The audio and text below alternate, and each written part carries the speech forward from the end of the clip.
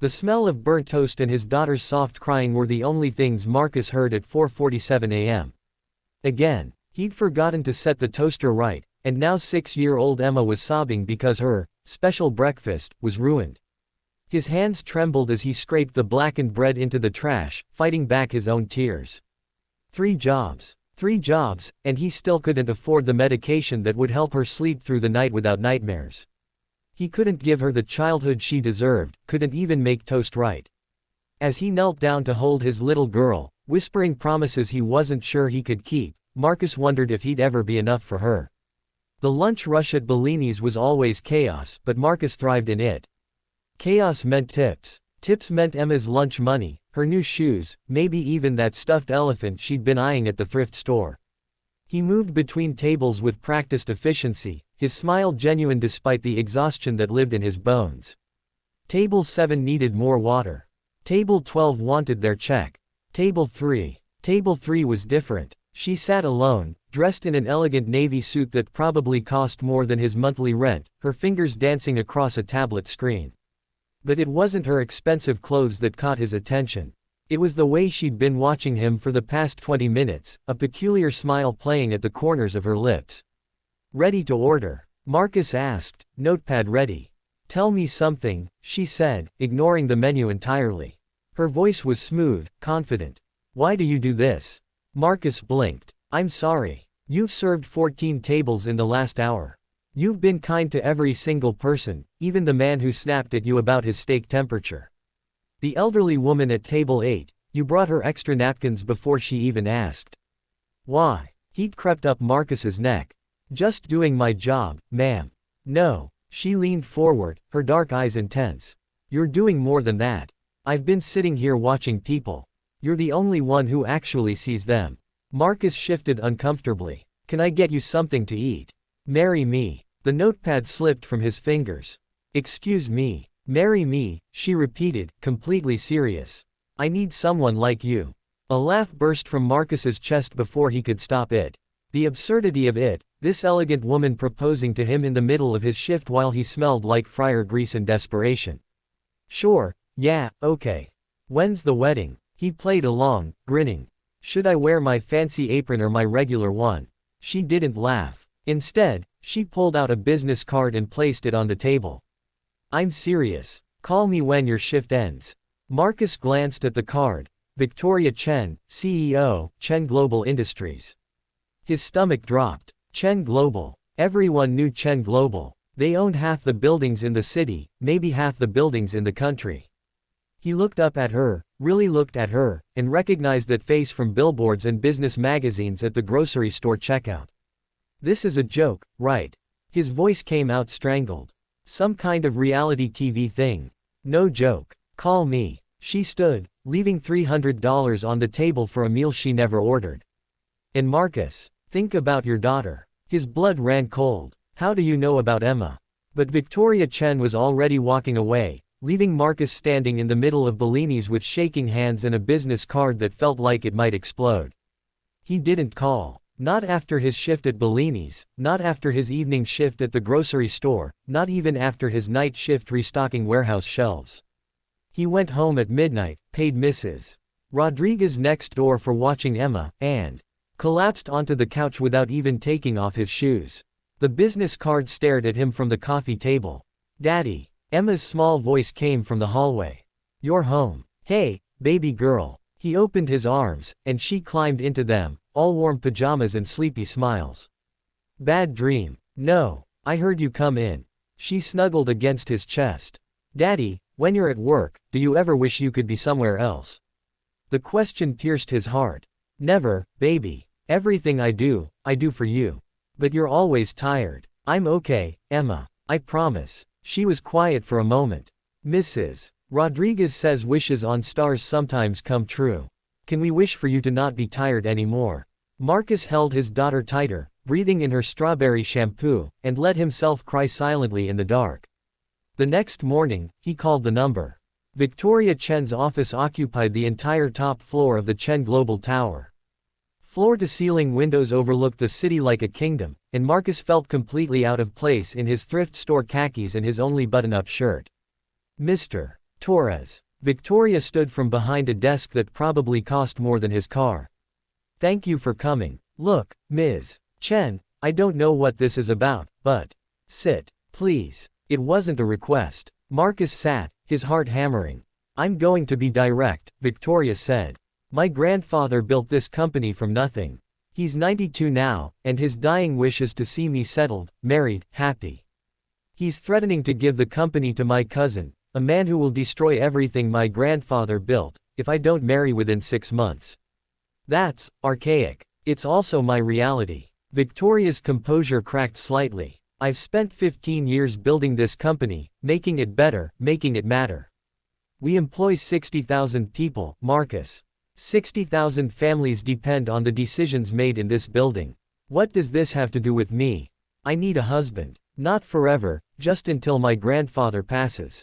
The doctors say he has maybe a year. She pulled out a folder. In exchange, I'll pay you $5 million. Plus a trust fund for Emma that will cover her education, medical care, anything she needs for the rest of her life. The number didn't feel real. Marcus stared at her. You can't be serious. I watched you for 3 days before I approached you at Bellini's. Do you know what I saw? A man who gave his lunch to a homeless woman outside the restaurant. A man who stayed an hour past his shift to help a new waiter learn the ropes. A man who called his daughter during his break just to say goodnight because he wouldn't be home before she slept. Victoria's eyes glistened. I saw someone who understands what it means to sacrifice for others. That's who I want standing beside me. Someone real. This is insane. Yes, Victoria agreed. It absolutely is. But it's also a solution. You get security for Emma. I keep my company and protect 60,000 jobs. And maybe, she hesitated, maybe we both get something we didn't know we needed. Marcus thought of Emma's nightmares, the medical bills stacked on his counter, the way she pretended not to notice when he skipped meals so she could have seconds. He thought of the stuffed elephant, of Christmas mornings with only one present, of the college fund that didn't exist. If I say yes, he said slowly, this stays business. Nothing weird. We're clear on that. Crystal clear. Separate bedrooms, separate lives. We just need to convince my grandfather. And after, when he, divorce, clean and simple. You walk away with everything I promised. Marcus picked up the contract with trembling fingers. At the bottom, in smaller print, he saw something that made him pause. Upon marriage, Marcus Torres will be appointed Director of Community Outreach, Chen Global Industries, annual salary $250,000. What's this? Victoria shrugged. You'll need a day job. Might as well be one where you can actually help people. I've seen what you do with nothing. Imagine what you could do with resources. He read the contract 3 times. Looked for the catch, the trap, the fine print that would destroy him. But it was straightforward, generous even. Almost like it was written by someone who actually cared. I need to think. Take the weekend, Victoria interrupted. But Marcus, I chose you for a reason. You're not the kind of man who would have said yes to this a year ago, 5 years ago. But desperation changes us. It makes us consider impossible things. I understand that. I'm desperate too. Walking out of that building, Marcus felt like he was floating. On the street, he saw the world differently, all these people rushing past, everyone fighting their own battles, carrying their own impossible weights. How many of them had been offered a miracle today? How many had the chance to change everything? His phone rang. Emma's school. Mr. Torres. Emma collapsed during recess. We've called an ambulance. The hospital waiting room smelled like antiseptic and fear. Emma lay in the bed, so small, so fragile, hooked up to machines that beeped and hummed. The doctor's words washed over him. Stress-induced episode, chronic anxiety, therapy needed, medication options, costs mounting with every breath. Without insurance, we're looking at around $8,000 for today, the billing coordinator said gently.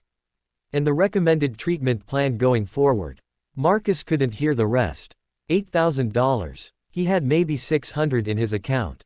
His phone buzzed. A text from Victoria Chen, whatever Emma needs. I'll handle it. No strings. Call this number. Below was a contact for someone named Drive. Sarah Mitchell, pediatric specialist. He stared at the message, tears blurring his vision. Victoria Chen didn't know him. They'd spoken for maybe 30 minutes total. And yet here she was, reaching out because she somehow knew. Because she saw him. Emma stirred, her eyes fluttering open. Daddy. I'm here, baby. I'm right here. I'm sorry I got sick. I know we can't afford. Stop. Marcus gripped her small hand. Don't you ever apologize for that. You hear me? Never. But you work so hard and I just make things harder and… Emma Rose Torres, you listen to me. He was crying now, didn't even care. You are the reason I breathe. The reason I wake up. The reason any of this matters. You don't make things harder. You make them matter. Do you understand? She nodded, crying too. I love you, Daddy. I love you more than all the stars in the sky. After Emma fell asleep, Marcus stepped into the hallway and called Victoria Chen. I'll do it, he said. I'll marry you. Marcus. On one condition. That community outreach position. I want to focus on single parents. Resources, support systems, actual help. People like me who are drowning and just need someone to see them. There was a long pause. Then Victoria's voice, thick with emotion, done. When can you start? The wedding was small, held in Victoria's grandfather's study with just family present. Marcus wore a suit Victoria had bought him, the first one he'd ever owned that actually fit. Emma stood beside him in a blue dress, holding the rings, her eyes wide with wonder at the mansion around them. Victoria's grandfather, Leonard Chen, sat in his wheelchair, oxygen tubes in his nose, but his eyes were sharp, watching everything. You love my granddaughter? Leonard asked Marcus suddenly, stopping the ceremony. Marcus looked at Victoria, saw her panic, saw the mask she wore so well starting to crack. And he realized something in that moment. She was just as scared as he was. Just as desperate. Just as alone. I'm going to, Marcus said honestly. I think, given time, I really am going to. Victoria's eyes met his, and something passed between them. Understanding. Recognition. The acknowledgement that maybe this impossible thing could become something real.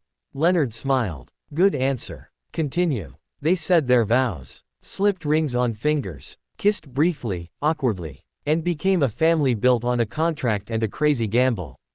6 months later, Marcus stood in the Chen Global Community Center, one of 12 they'd opened across the city.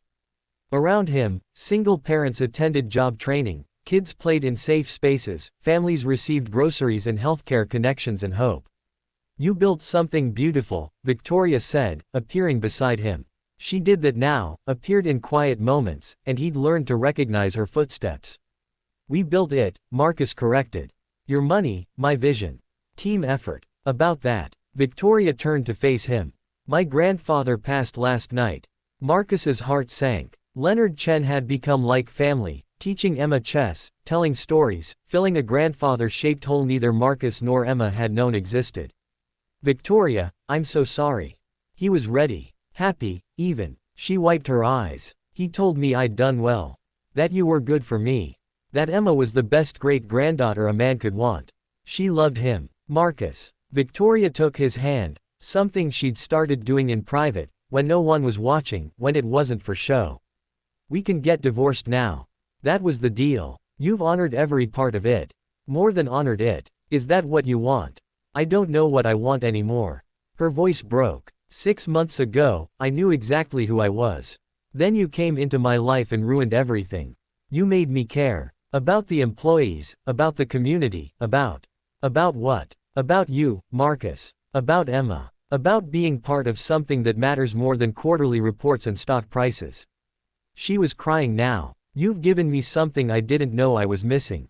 A family. A purpose beyond profit. A reason to believe people can be genuinely good. Marcus pulled her close, this woman who'd changed everything. You saved us. You gave Emma a future. You saw me when I was invisible. You saved me too. You just didn't realize it. Emma's voice called from across the center, Dad. Victoria. Come see the mural. They walked hand in hand to where Emma stood before a massive wall painting. Dozens of families, diverse and beautiful, all connected by threads of light. In the center, barely noticeable unless you knew to look, a little girl, a tired father, and an elegant woman, standing together.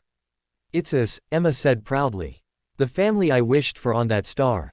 It came true. Marcus looked at Victoria, saw his own wonder reflected back. What started as a business arrangement, a desperate gamble, had become something neither could have predicted.